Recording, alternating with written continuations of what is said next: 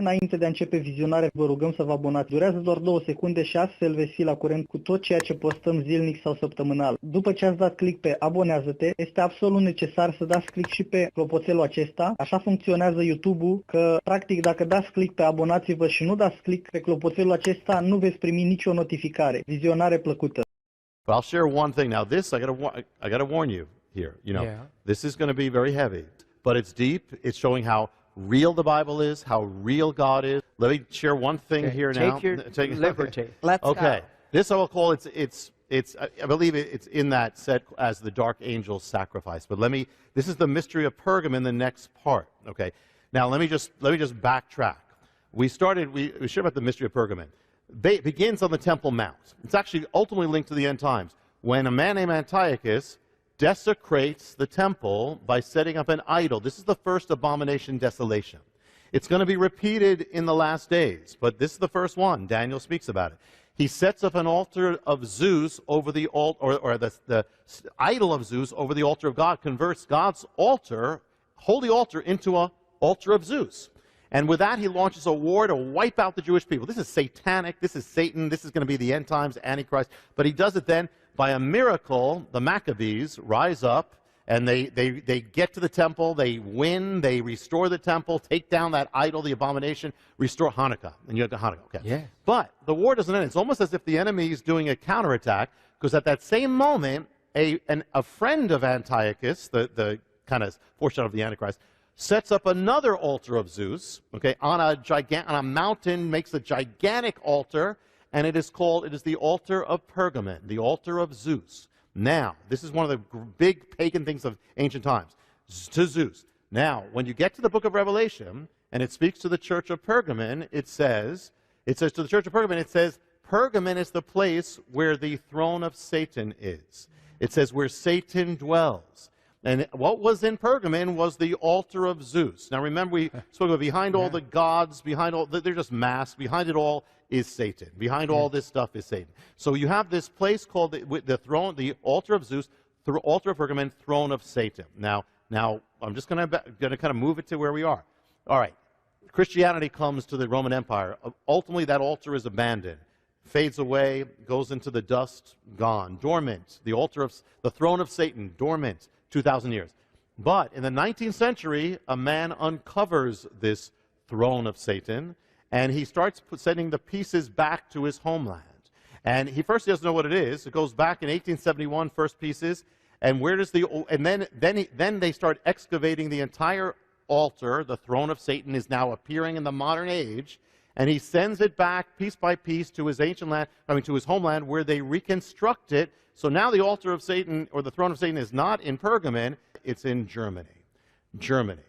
Germany now has the altar, the throne of Satan. And the first pieces arrive in 1871. That's the moment Germany comes into existence. Then in 1878, they begin excavating the entire altar. When they do that, 1878 is the year that anti-Semitism begins in Germany. So now Germany has the throne of Satan. And now they finally complete the altar in the year 1889 in Berlin. Now the throne of Satan in Berlin is completed. That same year, a baby is born in a Germanic land whose name is Adolf Hitler, in the year that the altar comes. But now what happens is Germany is going to be at the center of the first global destruction in the world. The First World War is going to be centered on Berlin, which has the altar of Satan. Actually, let me say one more thing about this baby.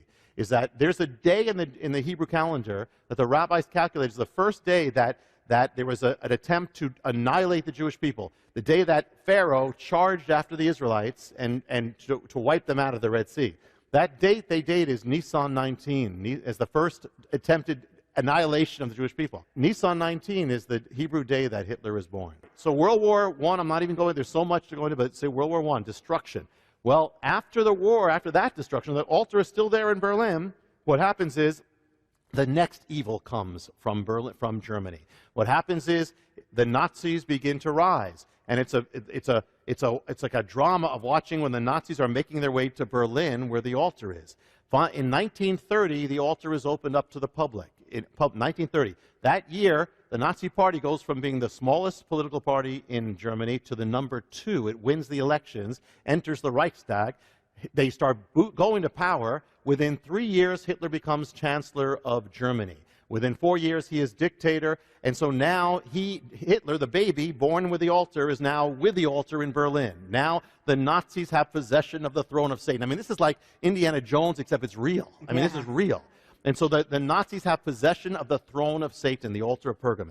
And so it's almost like, but what happens is, it's like Germany is going to become possessed. The entire nation is going to become, in a sense, possessed. And so one of the things the first thing that what Hitler does is he says, I want a platform so I can speak to Germany, I can speak to the world. So he appoints his architect, Albert Speer, to build him a platform to spew his venom. So the Albert Speer happened to have visited the altar of Pergamon in Berlin. So he gets the idea, I'm going to build the platform of Hitler as a recreation of the altar of Pergamon, the throne of Satan. So when you see Hitler speaking at those great massive rallies, it's in Nuremberg. When you see all the torchlights and all that, that's all around this massive reproduction of the altar of Pergamon. And so when Hitler is railing off and speaking, it's on top of the altar, the throne of Satan. I mean, how exact is that? One of the major enemies, a goal of the enemy, is to wipe out the Jewish people, just like he tried by putting that altar of Zeus on the Temple Mount, which is a foreshadow of the abomination in the last days. So now what happens is, it's the throne of Satan. Well, on a throne, a king speaks. So on that throne, the enemy speaks through Hitler. And then from a throne, a king rules. So from that throne comes laws. What happens is, from that same city, at the same time of that gathering, when Hitler's on that podium, and that same time, they come up with the Nuremberg laws. The Nuremberg laws are the beginning of the Holocaust. And it's in Nuremberg during the rally around that altar that Hitler, for the first time, says the word final solution. Happens there on the altar of Satan, or the throne of Satan. But now we go deeper, if you get deeper. The throne of Satan is not just a throne, it is an altar. What is an altar? An altar requires blood. An altar requires a sacrifice. An altar requires something be lifted up that way. So the first thing, so what begins from that place is the beginning of the Holocaust. The Holocaust is not just a death, a sacrifice. It is the altar of Zeus was an altar of burnt offerings. The Holocaust is a burnt offering. Oh my God! Satan behind this. The altar of Pergamon involved burning and ashes. So this is how evil the Satan is. And so now the mystery gets even deeper. How many millions Jews were burned? 6 million. Sacrificed. 6 million. Burnt. Satanic. Anybody who denies Satan, you have to deny the Holocaust. Right. Because there's no way you can explain it. This is unbelievable what he's putting together. Yeah. If you understand the Holocaust, understand this most unforgivable, unbelievable event in history. This is how real what we're dealing with is. So here's what happens. It goes even deeper. What does the enemy always do? He desecrates. He defiles. Yes. So here's the thing. What he did in ancient times, which is the original abomination desolation, he didn't just have it wasn't just an altar of Zeus somewhere. It was converting God's altar, the holy altar at the temple, the altar of sacrifice. He converted it into an unholy altar. Okay. So what the enemy does as he seeks to destroy the Jewish people, because he knows if he can't destroy them, he loses. So he takes their own the holy things that God gave them. They were saved by the sacrifices on that altar in Jerusalem. In Jerusalem, the holy altar, the altar of sacrifice, that's how they were saved from their sins on Yom Kippur. That was their holy thing. This is a holy thing. But he takes what is holy and he turns it, instead of saving the Jewish people, to destroy the Jewish people. So here the thing is that for the altar of God on the Temple Mount was an altar of burnt offering. And the thing is that, so the holiest day, actually, Yom Kippur involves the scapegoat. You put your sins on the scapegoat. What did Satan do to the Jewish people in Germany? He made them the scapegoat. That's from Yom Kippur. That's something holy. They blamed all the trouble. They put their sins on the Jewish people. And then another thing is, on Yom Kippur, the sacrifice was marked by the color red. Put a scarlet cord on it. when the Holocaust began, to begin the Holocaust, they changed the passports. They marked all the Jewish people on their passports, they put a letter J in red. So they're marked. In a sense, the sacrifice is marked. Then, what did they do with the sacrifice on the holy sacrifice? The sacrifice would be led to the place of slaughter. It wasn't hunted down, was led to the place. What happened to the Jewish people? They were led like lambs to the slaughter, to the place of sacrifice. And what were they led in? Cattle cars, which carried cattle, lambs, and goats, the very sacrifices that were offered up on Yom Kippur. Now, let's go even deeper. What did the Greeks call that altar of Zeus, the altar of burnt offering? Listen, the word in Greek for Zeus's altar, the altar of Zeus, which is the altar of Pergam, throne of Satan. In Greek, the word was for burnt was kaustos, and for the completely burnt offering was halas. Put it together, halas kostos, it was Holocaust. It was the altar of Holocaust. The altar of Zeus, the throne of Satan, was called the altar of Holocaust, of the Holocaust. Hitler was standing on top of a reproduction of this is Satan's throne. It was before that was the altar of Holocaust. Is there. Satan is into Holocaust, is into destruction. On the altar of Zeus were lifted up Holocaust in ancient times, and those offerings were done at night and hidden away as the Holocaust was hidden as it was being done. But in the Bible itself, now again, this is the enemy took something holy, twisted it. Yeah. Leviticus, it says in Leviticus 5:10, it says, you shall offer a burnt offering. But in the Septuagint, which you've had here, the Greek ancient translation that the New Testament used, it says this. It says, he shall offer the second for a holocaust. It says in Leviticus 16, Yom Kippur, it says they shall offer, in the Septuagint, it says he shall offer his holocaust and the holocaust of the people. Leviticus 4, he shall slay the sin offering in the place of the holocaust. Long before it's like the enemy's taking things that were holy for salvation and turning them for evil against it. Now listen to this. Wow. Now listen to this. In 2 Chronicles 29, verse 7, it says, they did not offer burnt offerings in the holy place. It's holy place, burnt offerings. There's a place in Europe called the Holy Place. It's in Poland. Its name is Oswiecim. In Germany, it means the holy place. That's where the offering would be made. In German, that holy place, called the holy place, Oswiecim, becomes the word Auschwitz. Oh my goodness. Oh. Auschwitz means the holy place.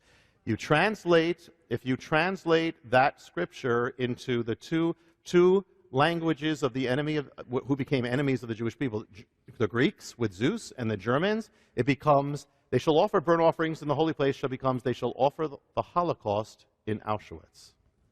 Oh my. The enemy was behind it all. The enemy is real. And not only the Holocaust, because that wasn't the only destruction, but linked to the Holocaust was the greatest destruction that ever covered the earth so far. And that was the Second World War. And so the two happened together. He attacked the Jews first. It says to the Jew first. The Gospels to the Jew first, also to the Greek. Well, also calamity comes to the Jew first. The enemy knows if he can attack the Jews, he can attack the world. If he can get the Jews out of the way, he's got the world. So that's why we also have to bless Israel. So who was offered up first? The Jewish people. Then the people of all nations. How many were killed in the Second World War? 60 million people. How many were killed in the Holocaust? 6 million. They were the tithe, the tenth, the first fruits. The first fruits. The sacrifice was the first fruit. And what does it say in the Bible? It actually says that the Jewish people are the first fruits of God for salvation, for blessing, but now the enemy turns it on its head. And now, in the end, Hitler ends up bringing his own destruction. When you serve the enemy, when you get into sin, you bring your own destruction. Hitler ends up killing himself, and then he commands that his body be burnt. It's the last burnt offering. Oh. And when is it done? It is done on April 30th. That night is Walpurgis night, which is one of the most important satanic nights in the year. And it's the night when they offer sacrifices. Hitler was the own satanic sacrifice. As the global cataclysm nears its end, the armies of America and the Allies converge with the Red Armies of the Soviet Union. They all converge on the city of the altar of Satan. They all converge to Berlin. They all come there. It's as if it's drawing the calamity came from Berlin, and now it all comes back to where that altar is. Now everything is destroyed. They have judgment now comes to the Third Reich. In Berlin and Nuremberg, the two places of the altar and that massive altar of Hitler. And those who are still there are 10. The Nuremberg 10 are those who are convicted and are hung. They are hung. They are hung on a Hebrew holy day. That's a day that's known, that is marked for judgment. So they die on a Hebrew holy day. You know, it said, there was actually a story told that Hitler went to a medium, a psychic, and said, when am I going to die? He says, you're going to die on a Hebrew holy day. He says, well, that's crazy. He says, how do you know that? She said, any day you die is going to be a Hebrew holy day. But God caused it happening that way. So now, let's bring it home. This has now come to America, this mystery. It has come to the whole world. I mean, but we'll hold off, and it's going to lead to the end times. But let me just bring this way. Yes, take your time. This is so amazing. Why has the enemy warred against the altar of God from the beginning? From the days of Antiochus' abomination to the days of the Antichrist, he will. Why? Because the altar of God, the altar of burnt offering, was a sign, was a shadow of the cross of Messiah. Why is he so against it? That was the foreshadow of the offering of the sacrifice of Messiah. And the offering of Messiah is the defeat of the enemy. He hates the cross. Ultimately, that's a sign of the cross. But he takes it and tries to do everything he can to twist it. And so the first foreshadow of that altar comes in Genesis 22, when God says to Abraham, take your only son, whom you love, and offer him up on the land of Moriah. Well, he offers his son, he offers Isaac up in the land of Moriah, and that becomes the Temple Mount. That's where they build that altar, but that comes from Abraham and Isaac. That's where they built that altar, on that Temple Mount. This from that. But in the Septuagint, listen, you know Genesis 22, but listen, in the Septuagint, it would read this way: take your only son, whom you love, and offer your son as a holocaust. That's what it says in the Septuagint. Oh, my. Verse 3, and Abraham split the wood for the Holocaust. Verse 8, God will provide himself the lamb for the Holocaust. The lamb for the Holocaust. Every time you see burnt offering in the Septuagint, it says Holocaust. And so the mystery of it goes back to the beginning, and it's saying, what's the answer? The lamb is, in other words, the lamb is going to take the full judgment of the enemy. The lamb suffered. What's the answer to the Holocaust? The Lamb of God. The Lamb of God. What's the answer to? It's a sign of hell. He's the one who takes hell upon himself. He takes all that the enemy does for us and takes it upon himself. The Lamb is the answer to the darkness. The Lamb is the answer to the Holocaust. The Lamb is the answer to the judgment. The Jewish people, and this all makes it, for 2,000 years, they've had no lamb for the most. They haven't had not only their altar, they haven't had the Lamb, Messiah. So they've been without the protection of the Lamb who takes the Holocaust, who takes all that the enemy does, takes the judgment. So that's why they've been vulnerable. They've been vulnerable to what the enemy has done. They've been like sheep without a shepherd. They've been vulnerable. Wow. That's why. And so, because if either he takes your hell or you bear it. But he takes. So the Jewish people for 2,000 years, the enemy is furious to destroy them. The Bible likens the enemy to a wolf. Among less. Yes. And the Jewish people are spoken of as a sheep without a shepherd. Well, here's one more thing about it. Adolf Hitler is born. The name Adolf means the wolf. Huh. Oh. And this reveals, this is just, I can't do this so much, but it reveals how real the enemy is. We got a real enemy. He's real. Yes. I mean, the cross. You're talking about the cross. Yes. How the cross has been hated and hated. America has now gone to hating the cross, people.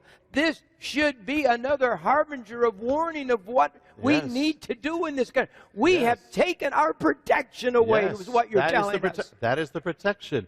Our protection. It's just like if we were founded, America was founded after the pattern of Israel. Now we are removing the cross or Messiah. We have no protection. When 9/11 happened, there's one part of that building that's still standing, and that is the cross. When everything is gone, the cross still stands. That's the one thing. Yes. And so what it tells you, this is not a plaything. It's not something we just come up with. This is a real thing we're in. This is a real fight. And when the end times we can progress, it's going to get even more so. But the thing is that it reveals something. We have to take this seriously and take it that every sin, every temptation is the war of the enemy against your soul. It's war to destroy you. Treat it as that. Treat it as poison. Treat it as bad as it is. Any sin, any temptation, don't play with it because it's to kill. It is to destroy you. And the other thing is it tells you how important the cross is. Don't ever get away from it. Don't get into a side doctrine, this doctrine, that doctrine, your own prosperity. It's the cross. It's the cross. The enemy hates it because it's so powerful. The blood of Jesus is stronger than the enemy, than the world, the flesh, the devil. And we must stay with it, and that's the power of it. We can't play with the cross. That is our bridge to salvation. That's all. We got to stay at the cross. We have to.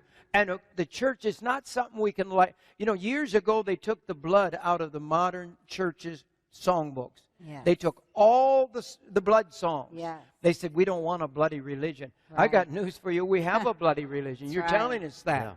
Yeah. The sacrifice. The blood of Messiah, the love of God is stronger. You know, and the other last thing about that, I mean, just to give it some closure, the enemy launched his war against the Jewish people. He's tried for 4,000 years. He has come against them. He's used Egypt.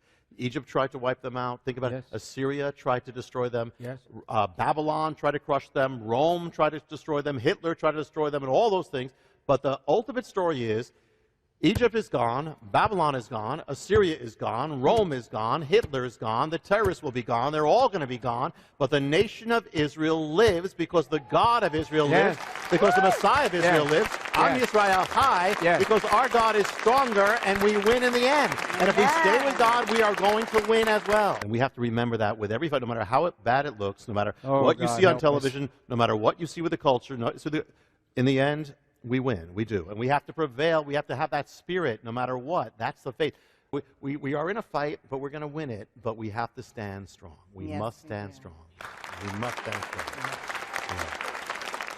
This is the mystery of Pergamum, or the altar of Pergamum. Now, let me just set the stage, and there's so much. I'll just touch on some things before we move forward. First of all, this is kind of like an Indiana Jones thing, but it's real. That's the thing. It's, you have the Ark of the Covenant, and then this is real, and yet it's affected history. You have the Nazis get the Ark. Well, this is a real thing from ancient times, but it's not a holy thing. It's an unholy thing linked to the enemy, but you see how real the enemy is and how real what the Bible is. What it says. The Bible speaks of something called, it says in Revelation, Pergamum, to the church of Pergamum, it says the throne of Satan, where Satan dwells, the throne of Satan. Why? Pergamum was a pagan place, and when you got, it was the center of paganism. When you went to the mountain of Pergamum, you had all these pagan things, and the key thing they had was the altar of Pergamon. The altar of Pergamon is an altar to the god Zeus, the head of the gods. Has all these gods depicted around it. Was one of the wonders of the ancient world, and this crowned everything. This was the epitome of paganism. And the interesting thing is, at the time when this was built, something was happening in Israel. In Israel, it was the same time when the enemy tried to destroy the biblical faith. He warred against Israel, tried to wipe it out. That's Hanukkah. He brought this guy Antiochus, who's a foreshadow of the Antichrist in the end, who says basically that he's God. No more Bible. Burn the scrolls. Anybody who obeys God is going to be killed. If you don't worship the gods, you're going to be killed. And so he tries to destroy the faith. It looks like he did, except God raises up the Maccabees, and that preserved, because of Hanukkah, we've got Christmas, if that didn't happen. So the other thing is that Antiochus sets up an altar on Jerusalem, on the Holy Mount, on the temple. And that altar, it says it was an abomination. It was the abomination, desolation. That's where you get that which is going to happen again in Jerusalem. The end times, it says the Antichrist will set up the abomination, desolation on the temple. Well, that comes from there. So this is a war against, this is Satan trying to defile everything, and then you have God. So what happens is the people of God win that war. They remove the abomination, remove the altar. What was the abomination? It was an altar of Zeus. So here they take it out, but now in Pergamum, the enemy sets up a giant altar of Zeus, abomination, which is the altar of Pergamum. And the Bible calls it the throne of Satan. So here you got that. Now what happens to it? As the gospel spreads to the Roman Empire, eventually people start abandoning all these things. The altar of Pergamum falls into disuse, it falls into ruins, it's gone. The throne of Satan is dormant for about almost 2,000 years. But then what happens? Then in the 19th century, a man starts uncovering the throne of Satan, the altar of Pergamum. And the man starts, it's at the same time when Europe is beginning to turn away from Christianity, this throne of Satan comes out into the modern world. And he sends the pieces back to his homeland. In his homeland, they reconstruct the altar of Zeus, the altar of Pergamum, throne of Satan. What was his homeland? His homeland was Germany. So here the throne of Satan is set up in Germany. And in the days ahead, by the way, before I even say that, the same time they unearth the throne of Satan, that same year something comes into the world, which is anti-Semitism. Is born in the same year, the hatred for the Jews, the modern hatred for the Jews, is born the same year the throne of Satan comes out of the ground. So here it is now in Germany. And what happens to Germany, this cultured nation?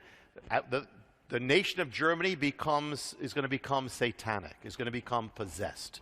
If you talk about possession of a person, this is an entire nation that's going to be possessed. But before that, the enemy, keep something in mind, the enemy is a destroyer. It says in the prophets, it speaks of the enemy, it says, you are the destroyer of, you are the destroyer of cities, you make the earth desolate. The enemy wants to destroy desolation. So what happens in Germany? What happens from Germany? Before that even happens, you have a world war that is linked to Germany. The First World War, millions of people destroyed, killed, devastation.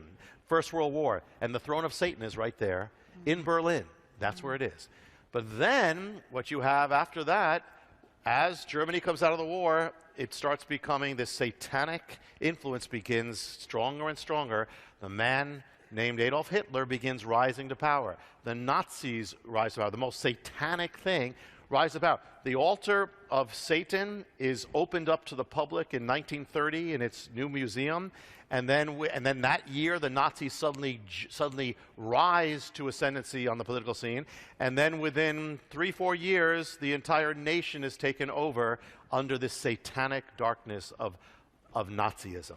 So now the Nazis have possession of the throne of Satan, the altar of Satan. I mean, the most evil people, the most evil movement are now joined to this. And Hitler is now in Berlin, as he comes to power, the place of the altar. That's when he comes to power, by him coming to Berlin. And so we won't go into the detail. We went into a lot of things because we're going to move forward to the next phase. But I'll just mention this. Even when Hitler was railing, and you see him, railing satanically, he is standing on his platform that he had especially built, which is a recreation of the altar of Pergamum. It's the throne of Satan. Here Hitler is speaking from the throne of Satan in Nuremberg. I mean, that's where it's all happening. And it's there in Nuremberg where he first says the word final solution. And remember, the enemy hates the Jewish people, wants to destroy the Jewish people. There's no accident this is all happening. He wants to wipe them out. So he uses Hitler as this man who's possessed. And then an entire nation that's mesmerized. And we won't go into all the detail except to say just this one thing. The altar of Zeus is an altar of burnt offerings. And it's a Greek pagan altar. If you take that into Greek, the word burnt offering is holos kaustos, or Holocaust. Wow. And so here Hitler is literally standing on an altar of Holocaust, the ancient throne of Satan, altar of Holocaust, and from that the Holocaust begins. And so Hitler's war is the enemy's war to wipe out the Jewish people. And I won't go into there's so much, and we touched on because we're going to move forward again, but there's so much. This is such a deep mystery here. And the thing is that now moving forward here, the enemy is the destroyer. Now, how many Jewish people were killed in this Holocaust? 6 million. How many people were killed in the world in World War II, the devastation that also came, because the enemy is against all people? 60 million. The Jewish people were a tithe. Yeah. The sacrifices of God were the first fruits, often, and they were the tithe. So the enemy takes the things of God, the holy things, twists them into something satanic. So here you have now World War II, another second gigantic cataclysm happens again from Berlin. The end of the war, the whole world is converging on Berlin, the place of the altar of Satan. You have the armies of the West, the American Allied Army coming from the West. You have the Red Army coming from the East. And it's like the whole world's being drawn to the city where it all began, the devastation, the place of the throne of Satan. And so there they come. It's all in ruins. The enemy always brings everything to destruction. Even those who serve him end up getting destroyed. Hitler kills himself in a bunker, and it's April 30th when that happens. April 30th is actually a date on the Satanic calendar of offering, of sacrifice. Really? It's a date. It is one of the key dates on the Satanic calendar. April 30th. Hitler doesn't want his body to be taken, so he orders it burnt, the last burnt sacrifice of the war. What happens to the world? What happens is America and Russia are in Berlin. Berlin, the enemy wants destruction, and he wants the world to be destroyed, and he's the god of division. What happens is Berlin is divided in two, and that the division of the entire world is going to begin in the city of the altar of Satan. From that, it's going to come the Cold War. From that, Berlin is divided, Germany is divided, the world is divided as two warring camps ready for destruction. Well, let me just fast forward for a second. What we're going to see in this one is that all of us here, our lives were almost destroyed, linked to the altar of Satan. That everyone who's watching this, I tell you, either your life would have been killed, would have been destroyed, or your life never would have happened if the enemy had his way. The enemy is the destroyer. So first you have the entire war. Most of our lives, we grew up, we went in air raid drills, get your bomb shelters, because there was this threat of destruction over the whole world, beginning in Berlin where the altar was. This was the center of the Cold War, the same city where it was. But what happened to that altar? When, the Nazis had it, what happened now? What happened was the altar at the end of the war passed from the Nazis and went into the hands of the Red Army, the Soviet Union. So you went from Hitler, the Nazism, the worst evil then, now it goes to the key evil of modern times. They have the throne of Satan. They have the altar. So, and in fact, that's when the Soviet Union really comes out. That's when you have not just, the Soviet Union, that's when the Soviet Union begins taking over. That's when all of a sudden Eastern Europe is under the iron grip of the Soviet Union.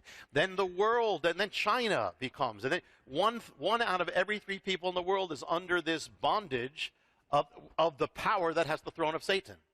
And so, what was, in the times of the Bible, or in between the Testaments, you had that throne with Antiochus, when he sat on the Temple Mount, the altar of Zeus, same thing. And what did he do? He banned the word of God. He persecuted God's people. Well, what happened all over the world? What happened through communism, which had the throne? They banned the word of God. They persecuted God's people, threw God's people into prison camps, made it illegal to follow God. Same thing. Who's doing that? Satan's doing that. At the same time, the Soviet Union, what else are they against? They're against Christians. Communism. What else were they against? They were against Jews. They were the chief, if you remember, it's not so long ago, they were the arch enemy of Israel. They tried to destroy Israel. They funded all the terror. They funded every enemy of Israel. They helped start wars to destroy Israel. So who's that? That's Satan. They had the throne of Satan. Not only that, here's something else. In 1948, now the altar is still in Berlin, but it's under the Soviet Union's power. But in 1948, they actually take the altar from East Berlin and bring it to the Soviet Union. So the Soviet Union actually has the altar now. Now? Well, no. Well, there's more to it. Oh, my. There's more to it. Where's that altar? Yeah. And so... I mean, my mind's going crazy because all the players, we've been there and done that, and it sounds a little bit what's going on in America right now. My God, oh, there's a lot. What's going on? When we get to the last part, yeah, okay. My brain's going to explode. Oh boy. Okay, Rabbi, keep going. So the year it was in Berlin up till 1948. Then they move it. Uh-huh. Well, in 1948, suddenly the world is brought to a brink of potential destruction. It's the Berlin crisis. The Soviet Union cuts off Berlin. There's a whole thing going before America. It lasts till about 1949. Now the altar is in Russia. You don't have any more problems like that in Berlin until they return the altar to Berlin, which I'm going to mention in a moment. What happens, but here's something else about communism. Marx. There's something about Karl Marx. Karl Marx was the son of rabbis. At one point, he considered Christianity, but he rejected Christianity. And he did something. Now listen to what Karl Marx wrote. He wrote kind of a poem. Listen to what he wrote. He said, "A God has snatched from me everything. Nothing but revenge is left to me. I will build my throne high overhead. Cold, tremendous shall its summit be. I will build my throne high." What does God say that the enemy said? He said, "I will ascend into the heaven. I will exalt my throne." That's what it's like Satan is speaking, as he spoke through Hitler, is speaking through Karl Marx. I will build my throne. And then what does he say? He goes on to say in what Marx wrote, "The prince of darkness has sold it to me, this sword. He has sold me a sword. And it beats the time, it gives me the signs, ever more boldly I play the dance of death."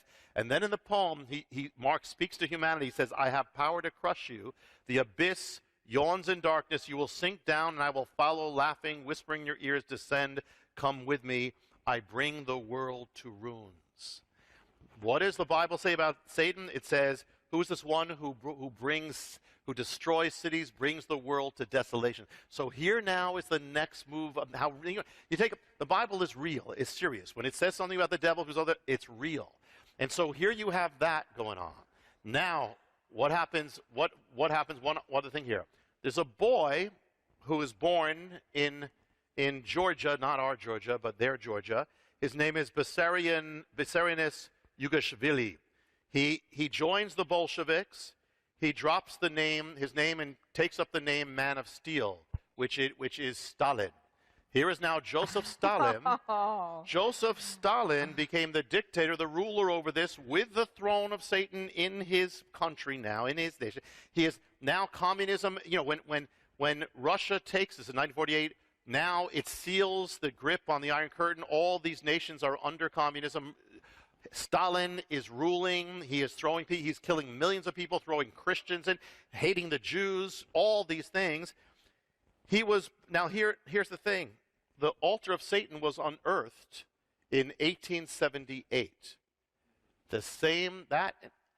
Joseph Stalin was born in 1878, the same year that the altar of Satan comes back in the world. A little baby is born who's going to be used of Satan.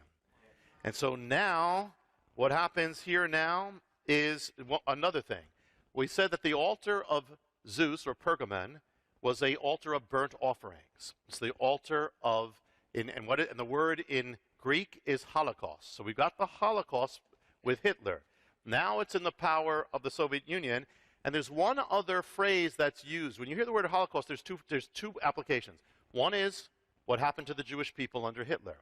The other phrase is nuclear holocaust. So Satan is bent on destruction and burning and fire. What happens? The year after Russia gets the altar, they get the power of nuclear holocaust. It becomes, now the world is armed, and most of us grew up with the threat of nuclear holocaust over. The enemy would want to destroy every person in this room, everybody watching. And so here begins this new age of that. Now what happens is, now in 1958, Russia returns the altar to East Berlin. Still under their control, but now it's back in the city that it was. All of a sudden, there's been no issues, no conflicts in Berlin, but all of a sudden, in 1958, all of a sudden there's another heating up. The world is brought again to another brink, centering on Berlin where the altar is, as Khrushchev demands that America gets out of Berlin. All the Allies get out of Berlin. He gives them 6 months. There's a threat back and forth, and this conflict goes on. You can read it. This is the Second Berlin Crisis. When the altars return, this lasts into Kennedy's reign and Kennedy's presidency. Here's what happens. In the beginning of Kennedy's presidency, 1961, Khrushchev gives, actually that's when he might have said get out. Now he gives Kennedy 6 months to get out of Berlin. Kennedy responds by activating 150,000 soldiers. And there's for a future conflict in Berlin centered on how the whole world is centering on destruction over where the city of the altar. And now, August 13th, 1961, a barbed wire fence goes in the middle of Berlin, divided up. Then comes wall, the Berlin Wall. Shortly after the wall goes up, there's a standoff between the United States and the Soviet Union on each side of the wall. I mean, they could see each other at different times. Kennedy is told that we don't have the means to defend Berlin except by using nuclear weapons. That's how he's counseled. The general next to him says, listen, you might as well strike because there's going to be atomic war, so you go nuclear. America is preparing for nuclear war. Khrushchev is on the other side. They're preparing for nuclear war. All focusing in the middle of it is the altar that would bring destruction. We almost were destroyed, every one of us, from where that altar was, number one, right there.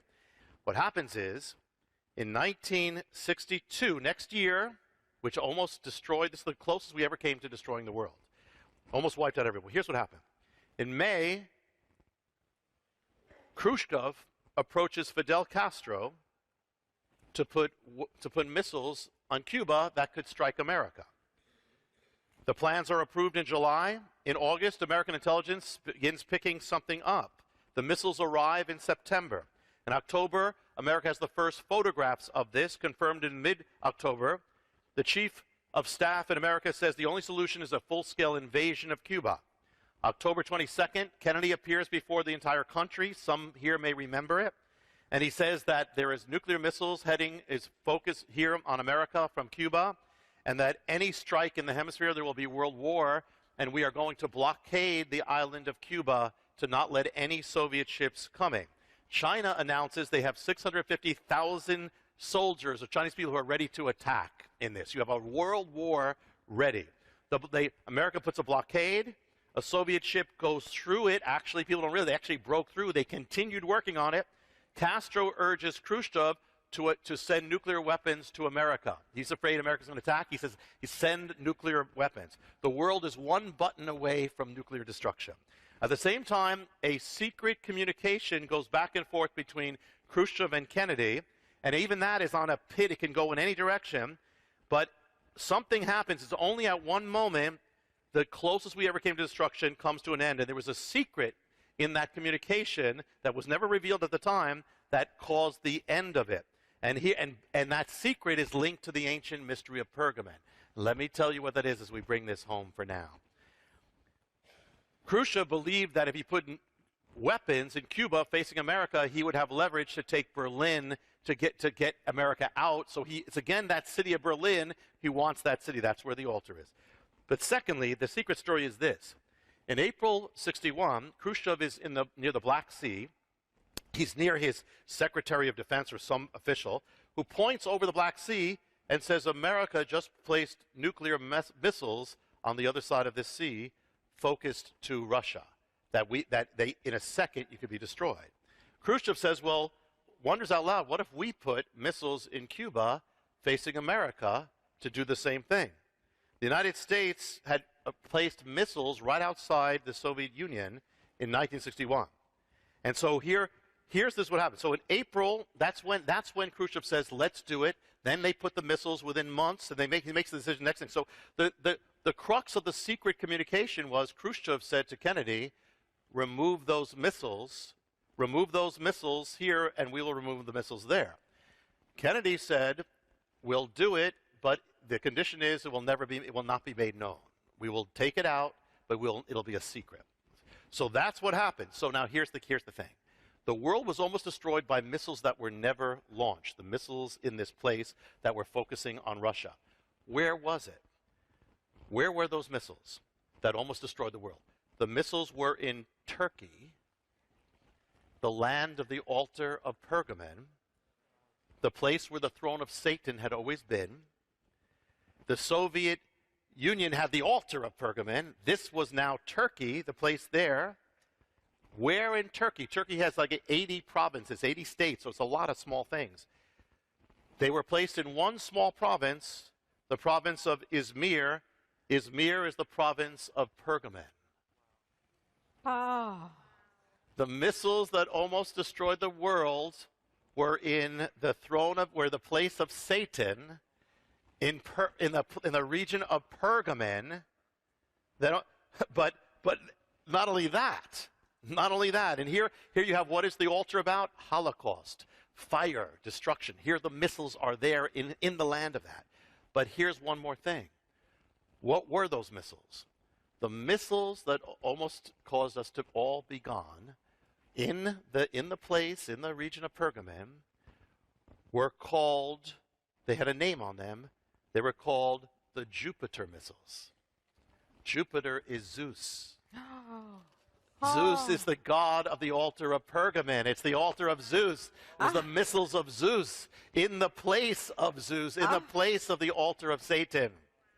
And here, it says in Ephesians 6:16, it says the enemy throws fiery darts, Well, the word in Greek is for dart, or flaming, is poro, means to ignite fiery. The word for darts is belos, which means, listen, not just darts and arrows, it literally means missile.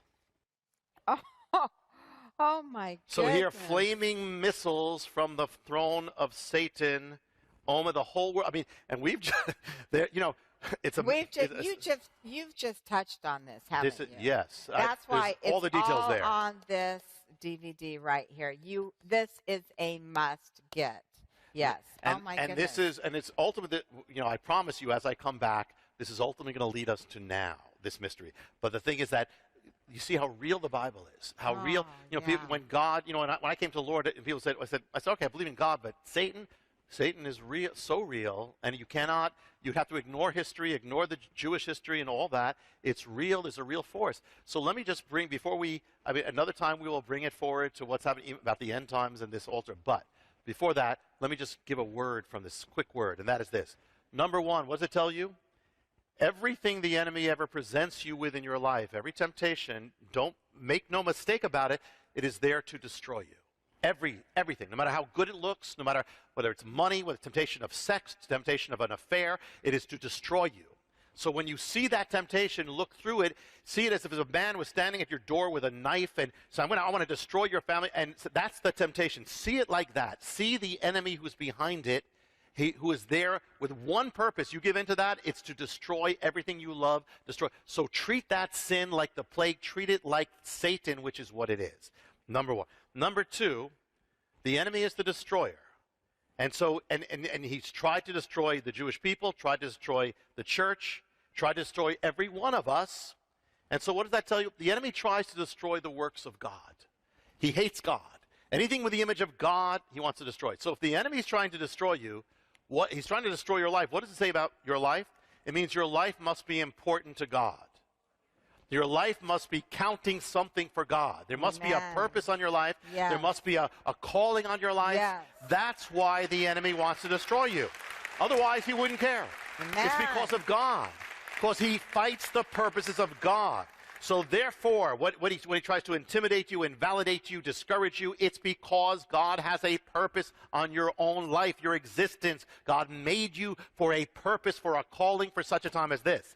So wage that war. The Bible says don't abstain from these things which are warring against you. Wage your war against that sin. Wage it with fury against that fear, against that habit, against that entanglement, by the power of faith and the power of love, the power of the God of life, the God of Israel, because when all is said and done, everything the enemy tries to do in the end comes to nothing.